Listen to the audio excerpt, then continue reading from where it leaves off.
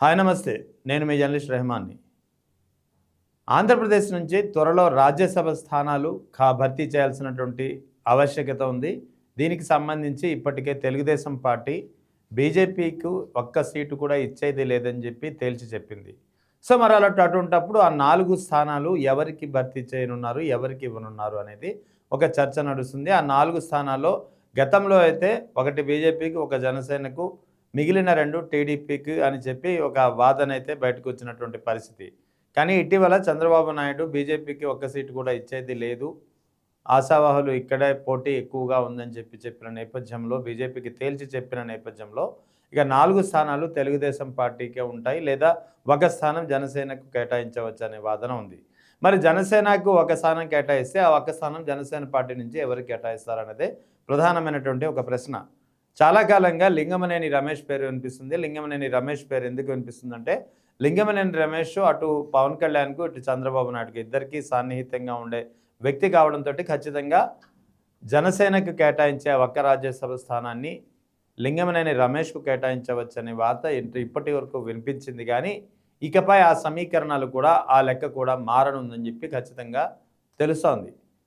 జనసేన నుంచి రాజ్యసభ తరపున రాజ్యసభకు పవన్ కళ్యాణ్ తన సోదరుడైనటువంటి నాగబాబును పంపించాలనే నిర్ణయాన్ని దాదాపుగా తీసుకున్నట్టు తెలుస్తోంది. అదేంటి, నాగబాబు ఇప్పటికే ఎమ్మెల్సీగా ఉన్నారు కదా అనే అనుమానం వస్తుంది.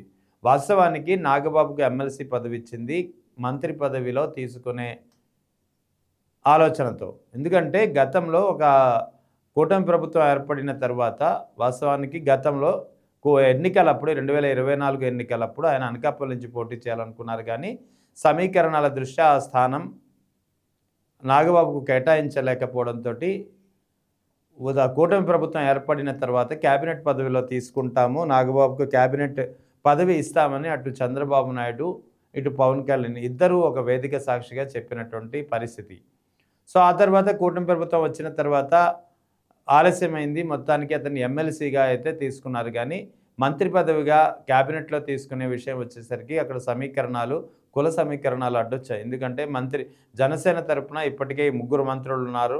అందులో ఒకరు కమ్మ సామాజిక వర్గానికి సంబంధించినటువంటి నాదెండ్ల మనోహర్ అయితే, మిగిలిన ఇద్దరు Pawan Kalyan deputy CM and Panchayati Raj మినిస్టర్గా ఉంటే, ఇక కందుల దుర్గేష్ సినిమాటోగ్రఫీ మినిస్టర్గా ఉన్నారు.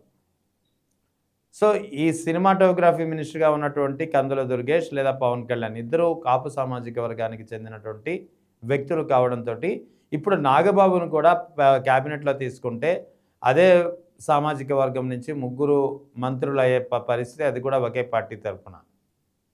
సో ఇది కాస్త వేరే సంకేతాలు కారణమవుతుంది. ఇప్పటికే తనను కాపు కులానికి అంటగట్టవద్దని పదే పవన్ కళ్యాణ్ ప్రచారం చేస్తున్న నేపథ్యంలో ఇదంతా లెక్కలకు సమీకరణాలకు సరిపోదని భావించారో ఏమో.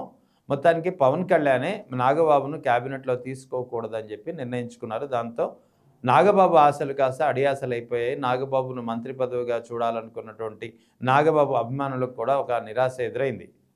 సో జన సైనికులు కూడా చాలా పెద్ద ఎత్తున ఎక్స్పెక్టేషన్ పెట్టుకున్నారు నాగబాబుకి మంత్రి పదవి వస్తుందనుకుని. కానీ అవన్నీ తప్పిన పరిస్థితి. సో ఇప్పుడు రాజ్యసభ స్థానాలపై మరోసారి జనసేన ఫోకస్ పెడుతుంది. ఈసారి లింగమనేని రమేష్కు కాకుండా నాగబాబుకే రాజ్యసభకు పంపిస్తే ఎలా ఉంటుందనే ఆలోచనలో పవన్ కళ్యాణ్ ఉన్నట్లు ఖచ్చితమైనటువంటి సోర్సెస్ ద్వారా సమాచారం అందుతోంది.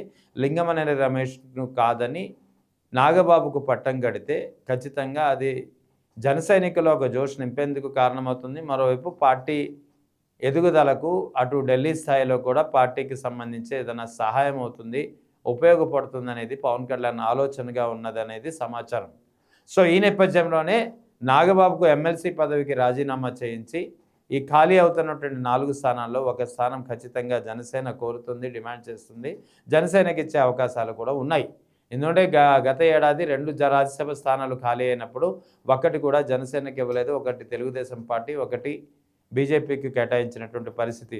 సో ఈసారి 4 స్థానాల్లో ఒకటి కూడా బీజేపీకి కేటాయించే పరిస్థితి లేదు. కాబట్టి ఖచ్చితంగా జనసేన కోటాలో ఒక రాజ్యసభ స్థానం ఉంటుంది.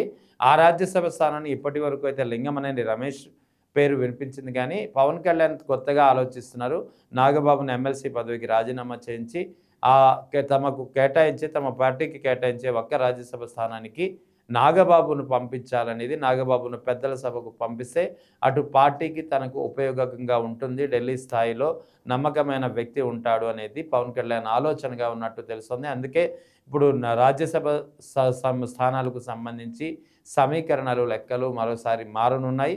తెలుగుదేశం పార్టీ నుంచి ఎవరు రాజ్యసభ పెద్దల సభకు పంపిస్తారనేది ఇంకా పేర్లు ఖరారు కాకపోయినా, జనసేన నుంచి మాత్రం లింగమనేని రమేష్ పేరు ఇన్నాళ్ళు వినిపించింది. ఇప్పుడు అది కాకుండా నాగబాబును పెద్దల సభకు పంపించాలనే ఒక దాదాపు నిర్ణయాన్ని పవన్ కళ్యాణ్ తీసుకున్నట్లు స్పష్టమైనటువంటి సమాచారం.